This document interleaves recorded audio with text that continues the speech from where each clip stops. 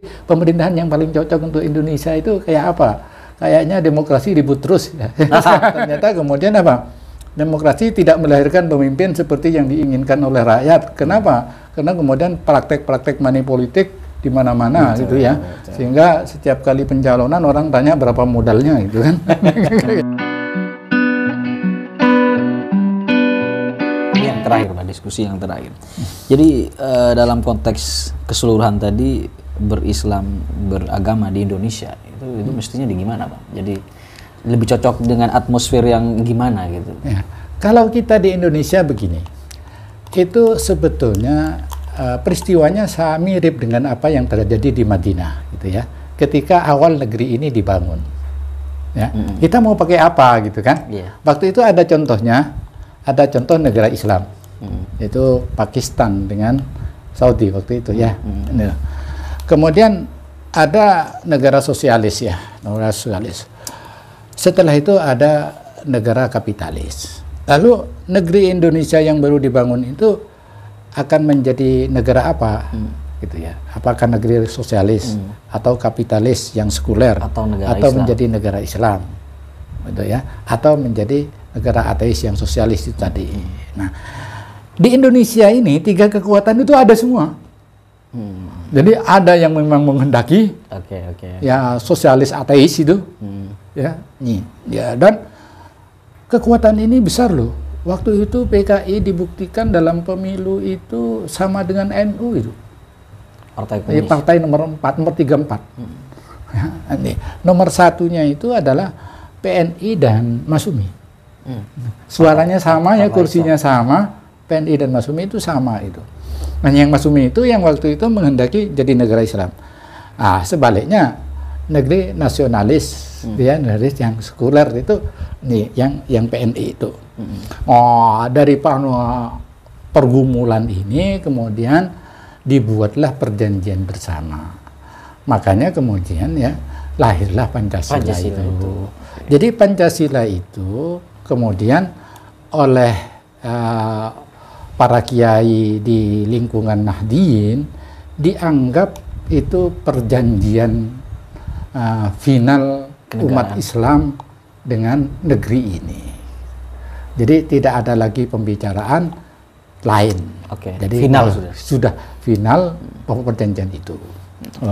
Nah, harga mati Pak. Ya, jadi 5 pokok kan ya, 5 pokok itu yang final itu ya. Nah, 1 prinsip soal ketuhanan, yang kedua soal kemanusiaan, yang ketiga soal persatuan, yang keempat soal pemerintahan, yang kelima itu soal kesejahteraan ya. Ini soal ekonomi gitu. Ini cuma harus kita sadari dan kita akui bahwa ini belum selesai gitu loh. Ini baru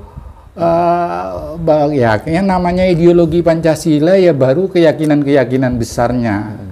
Jadi rumusannya bagaimana? Nah, ini yang harus kita selesaikan terus-menerus ya, secara rutin ya. Ini terutama nih MBR DPR itu merajut ini secara perlahan dengan penuh kesabaran gitu.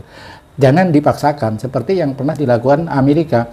Di Amerika itu untuk bisa menyepakati seperti yang ada sekarang itu butuh waktu kira-kira 200 tahunan itu. Jadi sabar gitu ya. Bahkan menurut cerita Dahlan Iskan itu ada sebuah daerah yang yang mobilnya itu nggak ada platnya. Di daerahnya nggak mau bendera gitu. Mereka seenaknya jalan gitu. Tapi itu tetap dihargai oleh Amerika Serikat. Sambil secara perlahan dimasukkan kesadaran apa mau Anda, keinginan Anda bisa diakui dalam konstitusi dan lain sebagainya. Itu secara perlahan. Nih, secara perlahan. Sama dengan kita, misalnya soal ketuhanan. Soal ketuhanan ini kan satu, mengatur tentang kewajiban beribadah pada setiap agama. Yang kedua, bagaimana hubungan antar masyarakat agama dengan antar masyarakat agama yang beda agama. Yang kedua, bagaimana hubungan agama terhadap negara, gitu ya. Tiga itu. Ini mestinya dibuat aturan-aturannya secara resmi yang bagaimana bisa disepakati dengan mufakat oleh semua. Oke. Secara perlahan. Ini rinciannya ya, karena itu ideologi kan. Ya. Lalu kemanusiaan. Kita selalu berdalih bahwa kita memiliki prinsip-prinsip kemanusiaan yang berbeda dengan negara barat. Iya, bedanya apa itu. Iya. Ya, ayo kita memeras pikiran, para ahli diundang. Gimana sih sebetulnya rumusan kemanusiaan di Indonesia itu sehingga bisa diakui oleh HAM? Oke. Itulah ya. Jangan kemudian hanya berdalih bahwa HAM kita beda dengan HAM Barat gitu. Siap. Gitu. Kan. Nah, jadi sabar gitu. Contoh juga misalnya rumusan sila keempat itu. Sila keempat itu kan seperti yang saya bilang, penolakan terhadap demokrasi liberal, penolakan terhadap sistem sosialis, penolakan terhadap negara Islam, sampai dibentuklah rumusan yang sangat rumit di Pancasila yang keempat itu, sampai kayak begitu. Lah tapi wujudnya kayak apa? Kalau kita mau ngangkat presiden kayak apa gitu? Ya, ini dulu ada klaim di zaman Pak Harto paling Pancasilais itu. Ya. Selalu ada klaim seperti ini terus-menerus sampai sekarang pun juga begitu. Lalu kemudian menuduh orang yang tidak Pancasila dan sebagainya.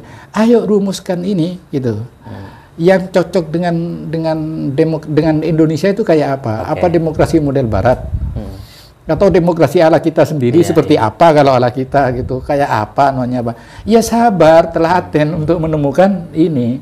Karena apalagi memang filsafat Pancasila itu oleh Soekarno dikatakan ini bukan aku yang menciptakan, tapi aku penemunya. Maka Soekarno waktu di Gajah Mada, waktu mau diberi kehormatan gitu ya, doktor kehormatan sebagai pembuat Pancasila, Soekarno menolak. Gitu. Enggak, saya bukan pembuat Pancasila, saya itu penemu. Pancasila itu memang sudah ada di wujud konkretnya itu yang sekarang kita perlu merumuskan kembali dengan sabar untuk membuat kesepakatan tuh kayak itu. Jadi pemerintahan yang paling cocok untuk Indonesia itu kayak apa? Kayaknya demokrasi ribut terus ya. Ya kita memilih demokrasi sekarang ya kan. Nah, ternyata kemudian apa? Demokrasi tidak melahirkan pemimpin seperti yang diinginkan oleh rakyat. Kenapa? Karena kemudian praktek-praktek money politik di mana-mana gitu ya.